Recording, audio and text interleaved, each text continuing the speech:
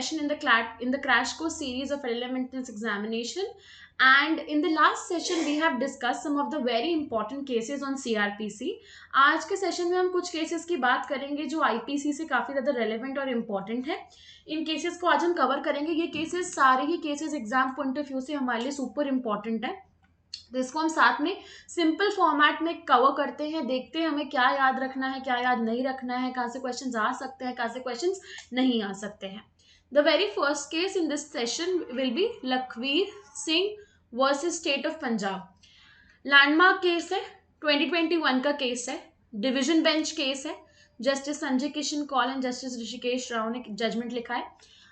दो केसेस इसमें रेफर्ड है, इंपॉर्टेंट है. ये प्रोबेशन ऑफ ऑफेंडर्स एक्ट का केस है एंड इसमें इंटरप्रिटेशन है regarding section application of section 3, 4 and 6 of probation and of offenders act. जब भी individual on the date of conviction is below the age of 21 years of age, तो उसको benefit की बात की गई है प्रोबेशन ऑफ ऑफेंडर्स एक्ट में. इस केस के अंदर सुप्रीम कोर्ट ने जजमेंट दिया है on the non obstante clause under section 4 of the act. The act here is probation of offenders act. अब हर ऑफेंस के लिए, मैक्सिमम ऑफ द ऑफेंसेस के लिए अंडर आईपीसी एक मिनिमम सेंटेंस प्रिस्क्राइब्ड है, मैंडेटरी मिनिमम सेंटेंस प्रिस्क्राइब्ड है. इस केस के अंदर बेसिकली ये बात हुई है, बाय द सुप्रीम कोर्ट ने ये ऑब्जर्व किया है कि जो प्रोबेशन ऑफ ऑफेंडर्स एक्ट का बेनिफिट है that is not excluded by the provisions of the mandatory minimum sentence as prescribed under IPC. This is one of the very important ratio of the judgment. Probation of offenders act का जो benefit है, क्या वो IPC के section से hit होगा? तो court ने यहाँ पर ये जस्टिफाई करते हुए ये बोला है. प्लस कोर्ट ने रिलेशनशिप की बात की है between section 4 and the application of section 6 of probation of offenders act. Section 4 benefit की बात करता है under the probation of offenders act to the offenders. Section 6 comes into picture when the person is below the age of 21 years of age. Court ने इस case में ये बोला है that section 4 could come to the aid of the accused as the offence committed of which they have been found guilty is not punishable with death or imprisonment for life. Section 4 को हम apply कर सकते हैं इस case में क्योंकि given facts में जो पर्सन ने ऑफेंस किया था that was not punishable with death और imprisonment for life.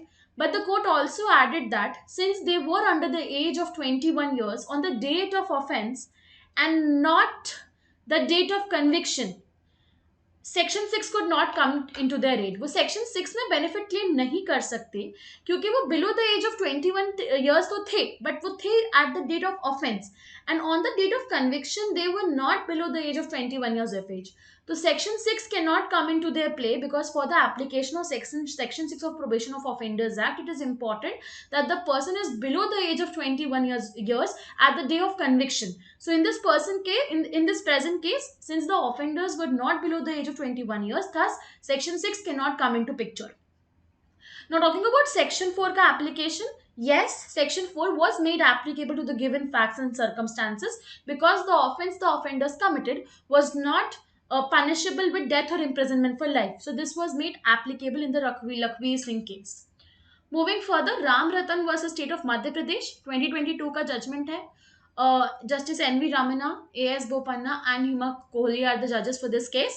The major issue here was section 397 of IPC जो use of deadly weapon की बात करता है उसमें actual use होना important है या फिर सिर्फ deadly weapon का possession में होना enough है सेक्शन 397 में लाइबिलिटी एनकर करने के लिए. सेक्शन 397 क्या है नहीं पता तो एक बार जाके आईपीसी का वीडियो जरूर रेफर करना. इसी क्रैश कोर्स सीरीज में you may find that video on the page of legal age after college available for you. Okay, so 397 में यूज ऑफ डेडली वेपन की बात हुई है. तो इस केस के अंदर इस यूज का इंटरप्रिटेशन किया कोर्ट ने कि एक्चुअल यूज होना इंपॉर्टेंट है या फिर सिर्फ उस पर्टिकुलर वेपन का प्रेजेंट होना और एप्रीहेंशन क्रिएट करना विक्टिम के माइंड में इनफ होगा for the application of section 397. Now see, in this case two landmark cases were referred by the court. First is Shri Phul Kumar versus Delhi administration. Second is Dilawar Singh versus state of Delhi. दोनों ही cases refer हुए थे. ठीक है, दिलावर सिंह के अंदर offender की definition आई थी जिसमें ये बोला था कि जिस कल्प्रिट ने एक्चुअली उस डेडली वेपन का यूज किया होगा उसी की लाइबिलिटी 397 में बनेगी. बाकी सबको मिनिमम पनिशमेंट इस सेक्शन के अंदर नहीं दी जा सकती क्योंकि 397 के लिए डेडली वेपन का होना इंपॉर्टेंट है, ठीक है। यहाँ पे हम कंस्ट्रक्टिव लाइबिलिटी का principle for the use of deadly weapon apply नहीं कर सकते।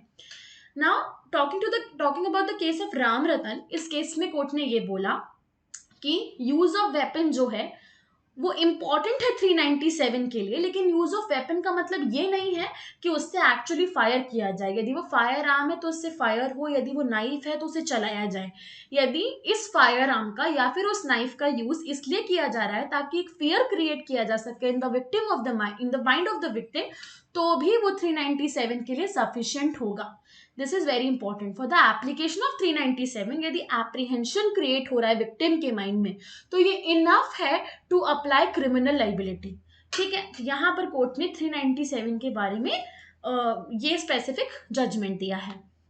Moving further, Jasdeep Singh Jassu versus state of Punjab, 2022 का जजमेंट है, डिवीजन बेंच है, ठीक है। Justice Sanjay Kishan Kaul and justice MM Sundaresh.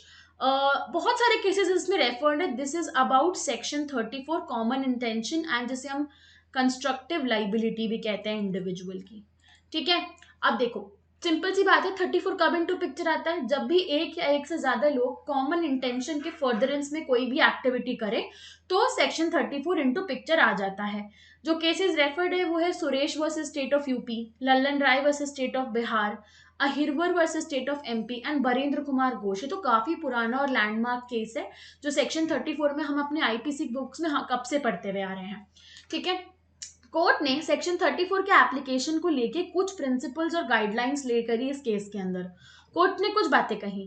पहली बात कोर्ट ने ये कहा कि सेक्शन 34 टू 39 यदि आपको अप्लाई करना है तो ये इंपॉर्टेंट है कि एक सीरीज ऑफ एक्ट होने चाहिए by several persons and that should be related to a single act in action. जैसे कि if 2 or more persons have planned to commit theft at a certain place, उस चोरी करने के प्लान को लेके कुछ फर्दरेंस में एक्टिविटीज होनी चाहिए, लेकिन वो जो एक्टिविटीज हो रही है वो कॉन्स्टिट्यूट करेगा एक सिंगल एक्ट, तभी आपका एप्लीकेशन हो सकता है under section 34 to 39 for the application of criminal liability. Second point court ने ये बोला कि सेक्शन 34 ऑफ IPC जो है वो एक फिक्शन क्रिएट करता है, क्रिमिनल एक्ट कॉन्स्टिट्यूट करता है, और if the prosecution is claiming the existence of constructive liability under section 34 then the onus of burden of proving the same is on the prosecution. ये जो ओनस है ना कि कंस्ट्रक्टिव लाइबिलिटी के अंदर the principle of constructive liability में ये सब लोग लाइबल होंगे, ये जो ओनस है प्रूफ करने का ये आखिरी में प्रोसिक्यूशन पे ही होगा। Then for the proof of common intention it is for section 34 the proof of common intention is super important. Common intention उस केस में था तब तक यहाँ पर लाइबिलिटी इनकर नहीं की जा सकती है। Then further is what is important is that section 34 of IPC इसलिए डाला गया है ताकि liability of individual members differentiate की जा सके from the liability of of a group of people acting in furtherance of common intention. जब तक कॉमन इंटेंशन नहीं एस्टैब्लिश होगा तब तक हम सेक्शन 34 के अंदर सारे ग्रुप की लाइबिलिटी को एस्टैब्लिश नहीं कर सकते हैं। Alright, now further offence which is committed physically the person the accused का presence who is charged with section 34 वो रिक्वायर्ड है। जिस इंडिविजुअल को चार्ज किया गया है फॉर सेक्शन 34 रिक्वायर्ड है कि वो फिजिकली वहां पे प्रेजेंट हो, स्पेशली उस केस के अंदर for the application of section 34। अब ये जो वर्ड फर्दरेंस यहाँ पर दिया गया है ये इंडिकेट करता है एग्जिस्टेंस ऑफ एड और assistance in producing an effect in the near future. This is very important to understand कि ये जो वर्ड फर्दरेंस यूज हुआ है ये किस लिए यूज हुआ है। वर्ड फर्दरेंस हेल्प करता है ये समझने के लिए कि क्या एड क्या असिस्टेंस उस केस के अंदर in furtherance of that common intention दी गई है और तभी सेक्शन 34 यहाँ पर अप्लाई करेगा इन द गिवन सेंस।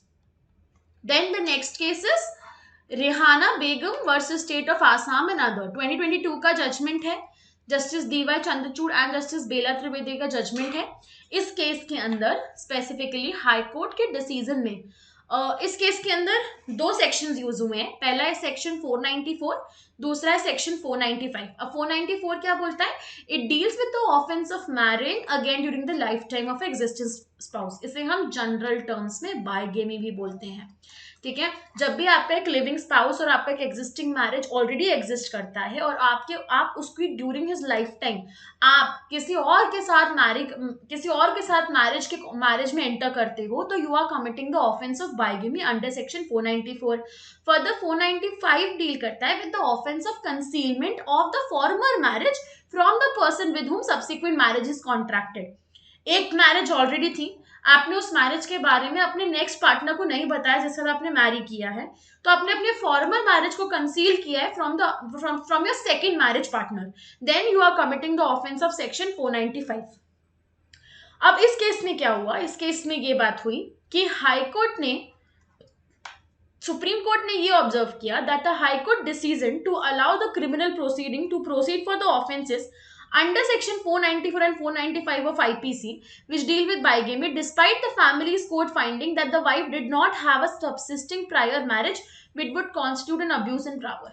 देखो इस केस के अंदर क्या हुआ था, कोर्ट ने ये ऑब्जर्व किया था कि हाई कोर्ट सिंगल जज बेंच ने जो जजमेंट इस केस के अंदर दिया वो जस्टिफाइड नहीं था, क्योंकि इस केस के अंदर फैमिली कोर्ट ने ऑलरेडी ये फाइंडिंग दी थी क्योंकि सबसिस्टिंग प्रायर मैरिज यहाँ पे है नहीं।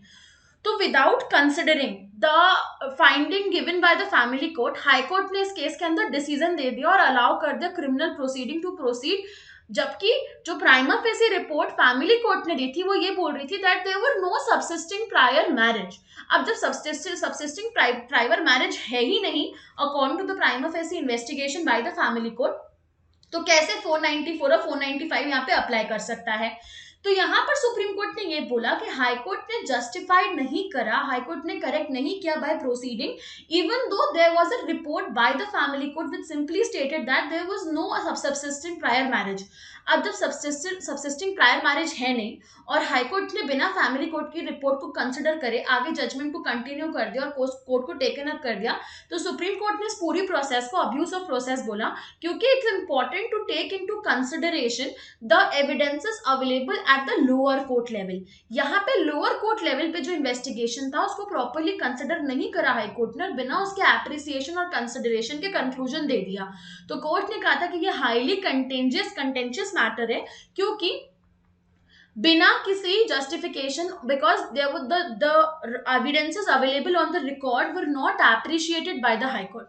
जो एविडेंसेस रिकॉर्ड पे अवेलेबल थे वो हाई कोर्ट के सिंगल जज ने एप्रिशिएट नहीं करे, इसीलिए ये जो केस था इसमें हाई कोर्ट ने abuse of process, supreme court ने हाई कोर्ट के इस डिसीजन को अब्यूज ऑफ प्रोसेस डिक्लेयर करा। देन मूविंग फर्दर, एक बहुत इंपॉर्टेंट कॉन्सेप्ट जो प्रिविलेंट है वो है मैरिटल रेप। क्या मैरिटल रेप एक ऑफेंस है? सिंपल सा क्वेश्चन है मेरा, क्या in the current scenario marital rape is an offence? If you know the answer please tell me in the comment box. If yes then why, if no then why. मैं आपको आज बताती हूँ कि ये इतना हाइप क्यों है मैरिटल रेप का। ये बहुत इंपॉर्टेंट टॉपिक है हमारे आईपीसी में और एग्जाम पॉइंट ऑफ व्यू से हमें इस पे क्वेश्चंस आ सकते हैं। तो I will very briefly discuss कि ये क्या है, क्यों है, किस लिए है, क्या बातें इसमें चल रही हैं, दिल्ली हाईकोर्ट का कौन सा कॉन्ट्राडिक्टिंग जजमेंट आ गया है, क्या कॉन्सेप्ट चल रहा है अभी करंट सिनेरियो में। सबसे पहले बात करते हैं मैरिटल रेप क्या एक ऑफेंस है आईपीसी में। इसका आंसर है नो। मैरिटल रेप बल्कि एक्सेप्शन है to the offense of rape। ठीक है, for the offense of rape you may refer to section 375। 375 का exception 2 ये बात करता है that sexual intercourse by a man with his own wife who is above the age of 15 years is not sexual assault। अब ये जो 15 साल था ना, पहले एक एक फैक्ट को हम समझते हैं। ये जो एज थी ना 15 साल की, कि 2017 में in the case of independent thought of India versus union of India में इस एज को 15 ईयर्स से 18 ईयर्स कर दिया गया है। तो अब इसको हम ऐसे समझते हैं। पहली बात, इस कॉन्सेप्ट को समझना इंपॉर्टेंट है, कंफ्यूजन क्रिएट करता है। Any sexual intercourse by a man with his own wife if the wife is below the age of 18 years of age is rape. This is a given fact. Consent का question यहाँ पे नहीं आता। If you are entering into sexual intercourse with a wife, even if it's your own wife and she is below the age of 18 years, then it's a rape। तो जहां पर below the age of 18 years में consent का question नहीं आता और वो rape declared है, on the very other hand, if the wife is above the age of 18 years and you are entering into a sexual intercourse with her, then it is not rape. This is exception 2 to section 375. Let me decode it to you with example, with a very simple example. ठीक है, let's consider एक female और एक mail का marriage हुआ जहां पे female is at the age of 19 right now and the male is above 21 years of age. ठीक है, just I am taking an example hypothetically. यहाँ पर यदि दोनों के बीच में सेक्सुअल इंटरकोर्स होता है, कंसेंट हो चाहे ना हो, कंसेंट का क्वेश्चन एनीवे इस केस में मैटर नहीं करता. कंसेंट हो या ना हो, यदि वो फीमेल 19 ईयर्स की है और उनके बीच में सेक्सुअल इंटरकोर्स हो रहा है तो ये रेप नहीं है. This is exception 2 to section 375. इसलिए मैंने स्टार्टिंग में बोला कि मैरिटल रेप जैसा कोई भी कॉन्सेप्ट इंडिया में है ही नहीं. This is not a offence under the existing provisions of IPC, क्योंकि एक्सेप्शन 2 ऑफ 375 ये बोलता है that if your wife is above the age of 18 years and you both have sexual intercourse in the capacity of being a husband and wife, then that cannot amount to sexual assault. Consent का question तो कहीं आया ही नहीं. तो simple सी बात है, यदि फीमेल 18 ईयर्स से अबव है and you are in the capacity of husband and wife, then that can not amount to sexual assault under section 375, it being an exception to it. ठीक है, अब हाँ, लेकिन ये बात भी फैक्ट है एक्सेप्शन 2 के हिसाब से कि यदि the wife is below the age of 18 years and even though she consents to the sexual intercourse, alright, then also it will amount to sexual assault only. तो यदि even if your wife is below the age of 18 years and you enter into a sexual relationship with her, that will amount to rape under section 375. ठीक है, अब यहां तक तो फंडा clear है. लेकिन प्रॉब्लम क्या है? दिल्ली हाई कोर्ट का स्प्लिट जजमेंट आया 11 मई को. क्यों आया, किस लिए आया? फरवरी में उसको रिजर्व कर दिया था, क्यों किया? प्रॉब्लम क्या है?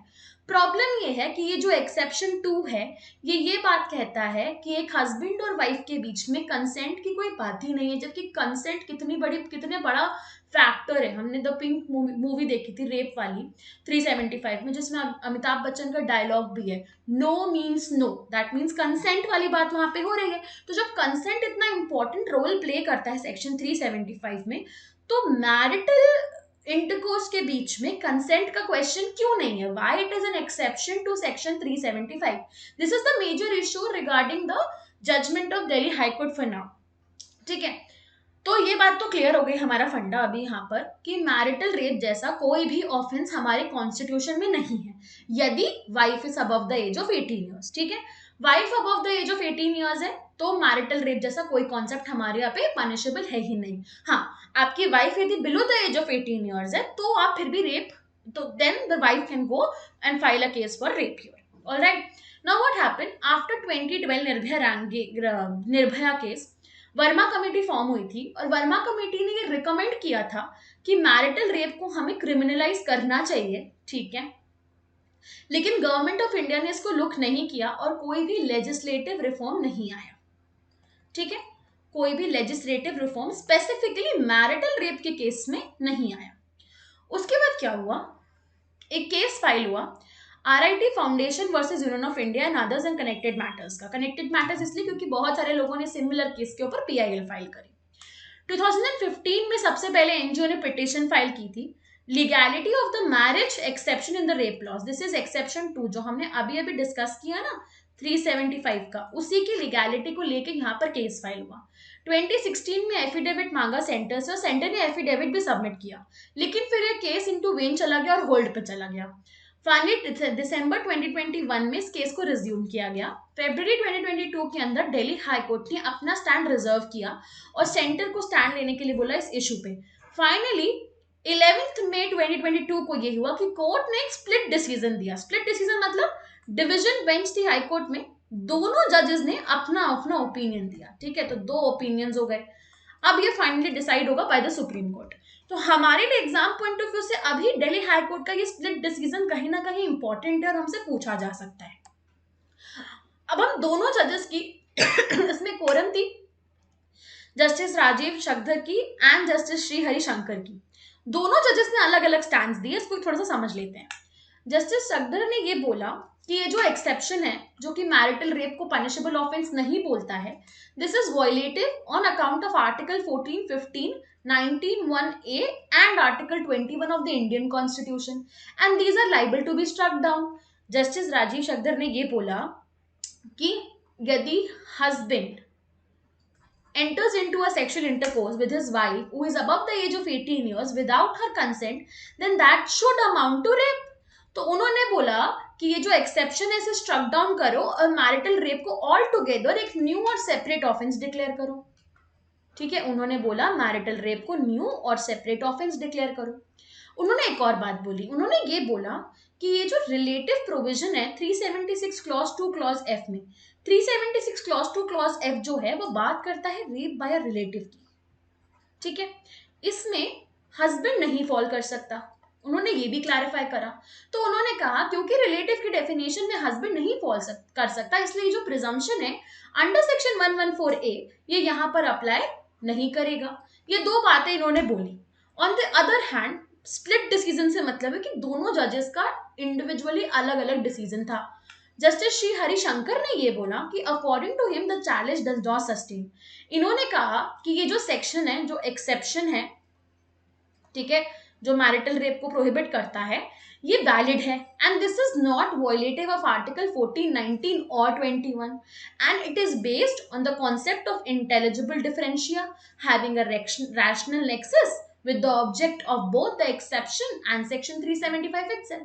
तो अब दिल्ली हाई कोर्ट का तो स्प्लिट जजमेंट आ चुका है इसके ऊपर. 11 मई को ये जजमेंट आया. यदि आप यदि इंपॉर्टेंट वेबसाइट्स फॉलो करते हैं तो आपको पता होगा कि स्प्लिट डिसीजन 11 मई को आया है. तो हमसे इस पे क्वेश्चन पूछा जा सकता है क्योंकि काफी रेलेवेंट टॉपिक है, बहुत सारे ओपिनियंस इस टॉपिक के ऊपर सामने आ रहे हैं. लेकिन अभी भी ये जजमेंट, अब क्योंकि स्प्लिट जजमेंट है तो अब फाइनल वर्डिक्ट जो आएगा वो हमारा आएगा बाय द सुप्रीम कोर्ट, वो हमारे लिए इंपॉर्टेंट होगा ऑन द टॉपिक. बट अभी तक ये अपडेट है मैरिटल रेप पे, तो इतना हमको पता होना चाहिए इसके बारे में. Okay, then moving further, next case is Vinod Kumar versus Amritpal and Chhotu and others. Criminal appeal है. Again justice Ajay Rastogi and justice A.S. Oka. 2021 का जजमेंट है. केसेस रेफर्ड है Virsa Singh versus state of Punjab. काफी लैंडमार्क केस है यदि आपको पता हो तो. ठीक है, इस केस के अंदर ये बोला था कि एक बार प्रोसिक्यूशन ये एस्टैब्लिश कर देता है कि तीनों इंग्रेडिएंट सेक्शन 3 के थर्डली, ठीक है, थर्डली क्लॉज के तीनों इंग्रेडिएंट्स यदि सेटिस्फाई कर देता है एक बार प्रोसिक्यूशन, तो ये इररिलेवेंट हो जाएगा कि उस अक्यूज्ड के पार्ट पे इंटेंशन था या नहीं था कॉज करने का मैटर. जो प्रिंसिपल विरसा सिंह में हेल्ड किया गया था उसी प्रिंसिपल को कोर्ट ने यहाँ पर रीइटरेट किया है in respect of thirdly principle of section 300. ठीक है, तो सिंपल सी बात है, likely to cause death intention का फॉलो करना for the application of clause thirdly under section 300 will not apply in this specific case. ठीक है, ये अप्लाई नहीं करेगा इस स्पेसिफिक केस के अंदर. This is what the court has claimed here. Then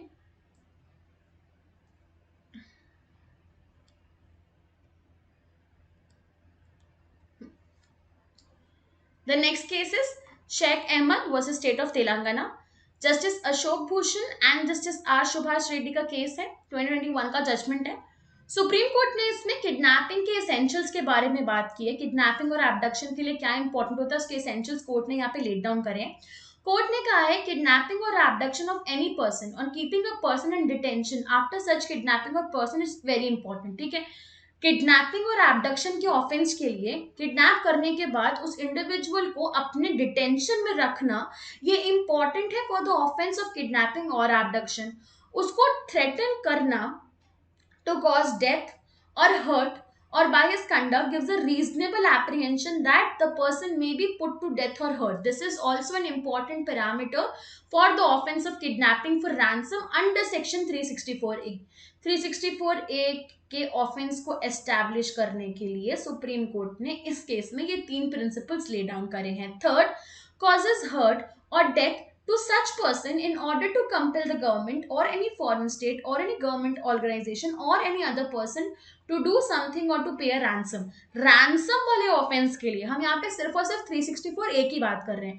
364A के लिए ये तीनों इसेंशियल्स का ऑल टुगेदर प्रेजेंट होना सुपर इंपॉर्टेंट है, तभी हम क्लेम कर पाएंगे कि हाँ कोई ऑफेंस कमिट हुआ है यहाँ पे. अदरवाइज हम 364 को यहाँ पर अप्लाई नहीं कर सकते. ये इंपॉर्टेंट है. सी, सुप्रीम कोर्ट ने यहाँ पे ये बोला कि मियरली किसी को किडनैप करना सेक्शन 364 के प्रिंसिपल को जस्टिफाई नहीं करता है. जब तक आप उसे किडनैप करके थ्रेट ना करो टू कॉज डेथ और harm, and the threat and harm is for the purpose of getting money from that particular person, only then you can state that section 364A will be applicable. Otherwise you cannot claim the applicability of section 364A here in this present case. So that is why this case is super important. ठीक है. Okay.